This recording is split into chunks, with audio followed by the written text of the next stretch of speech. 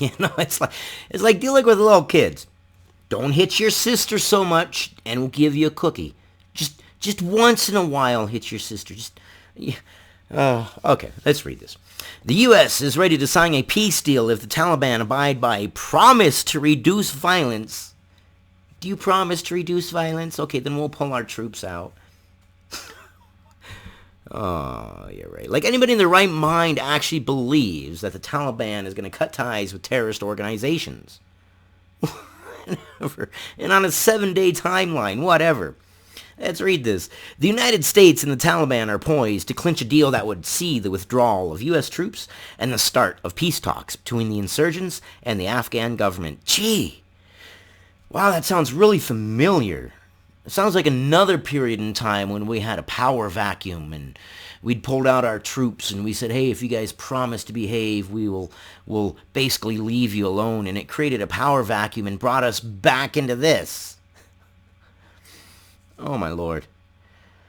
But the agreement will only go ahead if the Taliban abide by a pledge to reduce violence over a 7-day period, according to a Western official, an Afghan official, and 2 former U.S. officials briefed on the talks. You behave for 7 days and you'll get a cookie. The two sides have revived the same draft agreement that came close to being signed in September, which calls for a timeline for a U.S. troop pullout in exchange for the Taliban agreeing to cut ties with terrorist groups and entering into peace talks with their foes in the Afghan government. Never gonna happen. Never gonna happen. No. You really... Maybe I shouldn't say never.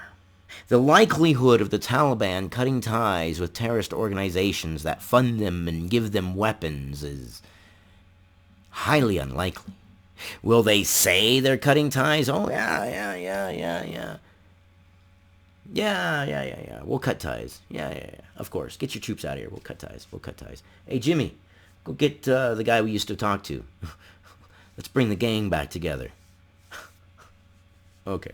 And the Afghan government is ill-equipped to handle it. Hell, we're ill-equipped to handle it. But Jesus, really? You're just giving them an inch and they're going to take a mile. Trust me. If the agreement goes ahead, it would potentially bring an end to America's longest war by launching direct peace talks between the Taliban and the Afghan government for the first time. A deal would give President Donald Trump a talking point in his bid for re-election, allowing him to argue he fulfilled a campaign promise to extricate Americans from endless wars abroad. But here's what's going to happen. Yes, okay. So for 4 years, he'll be able to tout it.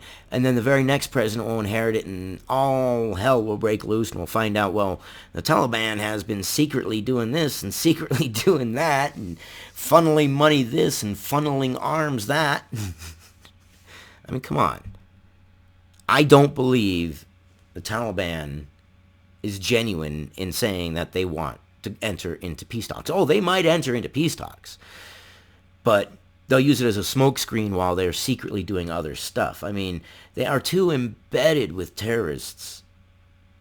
It's like just a part of who they are now. But a previous attempt fell apart at the 11th hour in September, and it remained unclear if the Taliban was ready to negotiate a genuine peace settlement with a government in Kabul that it has long rejected as a puppet of the United States. Will they actually even make it to the table this time? I don't see it. I don't see it. How many times and we all know someone who has done something, and they do something like, don't do that, and they say, oh yeah, no, I won't do it, and they go right back to doing it. I don't see it. I see the Taliban using it to their advantage. I see the Taliban using it as a smokescreen to get pressure out and get U.S. troops out. And it's already an unpopular war, so, what are the odds that we'll get troops back there if need be? Well, who knows? We're going to create a power vacuum. And someone, somewhere, is going to fill that vacuum. We've seen it before. That's what got us into this situation in the first place, is creating a power vacuum. Since the U.S. and Taliban renewed discussions in the Qatari capital of Doha at the end of last year, The talks have focused on a U.S. demand for the Taliban to scale back its attacks across the country as a test of its commitment to ending the conflict. So like I said, look, if you cannot hit your sister so much, we'll give you some cookies. Instead of hitting her 10 times a day, just try hitting her 4 times a day. If you can do that for 7 days, we'll give you your Xbox back. Yeah, it's not going to work. It's not going to work.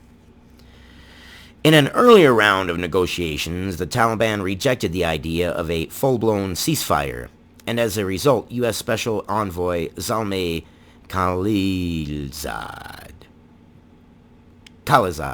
I think, has pursued a deal to reduce violence through U.S. officials, though U.S. officials have yet to explain exactly what that would entail. More soldiers? I mean, honestly, looking at it from a realistic perspective, what do you need to reduce violence? If you pull the soldiers out and the Taliban takes over, there's going to be a fresh round of violence. It's just, I don't see it happening. I don't see it happening. And I know they have their hopes on it, but me personally, I don't see it happening.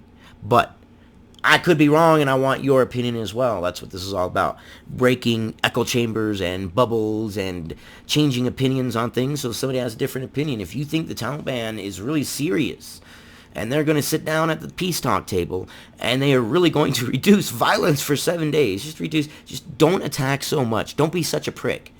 Don't be such a dick. Just be a little bit of a dick. Let me know.